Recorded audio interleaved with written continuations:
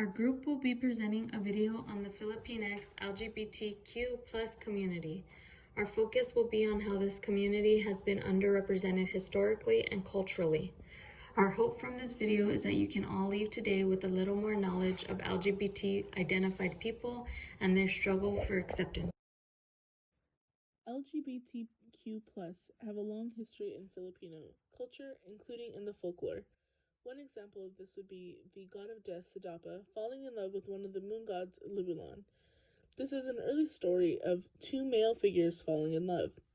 Many LGBTQ+ in the Philippines today consider Libulan to be a symbol and refer to him as the patron god of homosexuality. Lakapati is the goddess of harvest and fertility, and she has also been described as intersex or transgender. According to Filipino legend, Lakapati is also said to be the consort of Bathala, who is also said to be intersex, as their name means man and woman in one. Another example would be Binukats, who, according to legend, were maidens who had the power to turn into male warriors.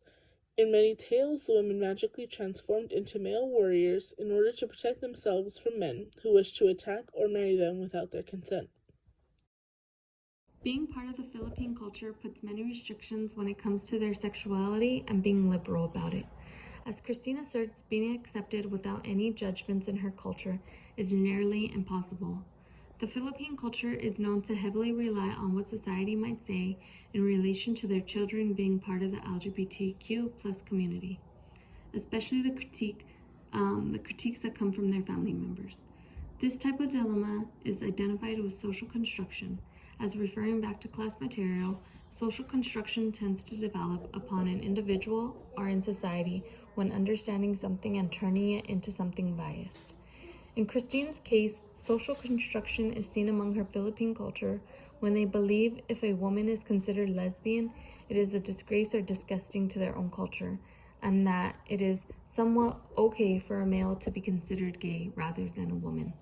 Christine's interview allows us to understand more in depth what it is like being part of the LGBTQ+ community within the Philippine culture and the challenges she faced throughout her life.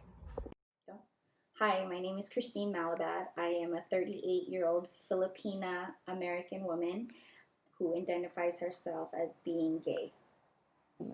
I'm constantly in fear of being discriminated on.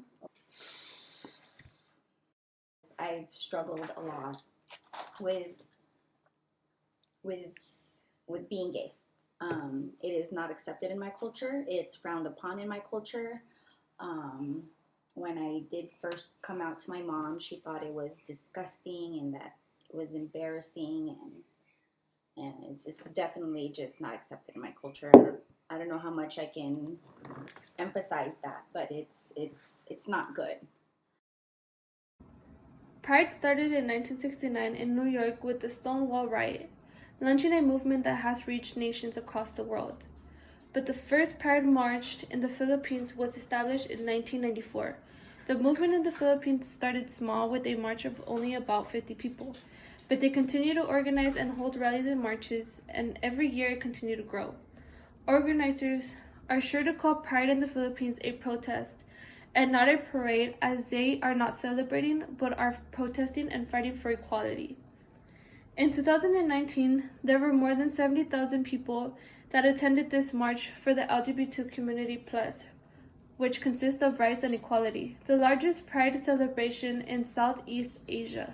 It affected me psychologically speaking. I developed low self-esteem. I was very unsure of myself, and I hid my relationships with other women to my family, and I honestly didn't personally come out until I was 30.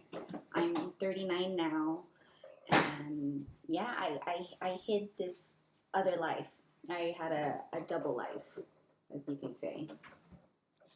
Both the Filipino and Mexican culture share similarities when it comes to their religion, such as being Catholic and not being accepting of the LGBTQ+ community, because it is something evil or not moral. In both perspectives of Mexican and Filipino culture, it shows that parents are not accepting of their child's sexuality, especially if they come from a very traditional culture and believe personal things like your sexuality should be kept to yourself and not be spoken about. It is seen that in the Filipino culture, parents aren't too accepting of their child's sexuality if they identify themselves as part of the LGBTQ plus community, whereas the Mexican culture is more accepting of the child's relationship with their significant other and somewhat supportive. Overall, a term that ties down to this analysis in relationship to how both the Mexican and Filipino culture feel towards their children being part of the LGBTQ plus community is the third space. The reason for it is because those individuals who are part of the LGBTQ plus community tend to develop two identities. By doing so, those individuals who come from the Filipino-Mexican culture merge into the third space of the separation identity, meaning they tend to develop two different identities. One is being the perfect child and ignoring the fact that they are gay, and the other is being truthful to themselves. Hello, my name is Yasmin. I'm 32 years old. I am Mexican American and I identify as gay. I feel that we need to really go in depth with the gay world and really educate everyone about it. Educating. Now, I'm not talking about, oh, you have to be drag. No, I'm talking about how it's not something we should brush under the rug or make it taboo. It's something normal. And I think that we're born gay. Bringing awareness and not just pride, and don't make it a 1 month deal and wearing a flag and claiming you're part of it. There's so much more to it. If you speak up for someone, and if you see someone discriminating because of their sexuality, speak up for them. It's all about taking action, and not violence, but taking action and bringing awareness to everyone in your household. It starts in your home. It really does. Hatred, all that you teach all of that. Homophobia, you teach that.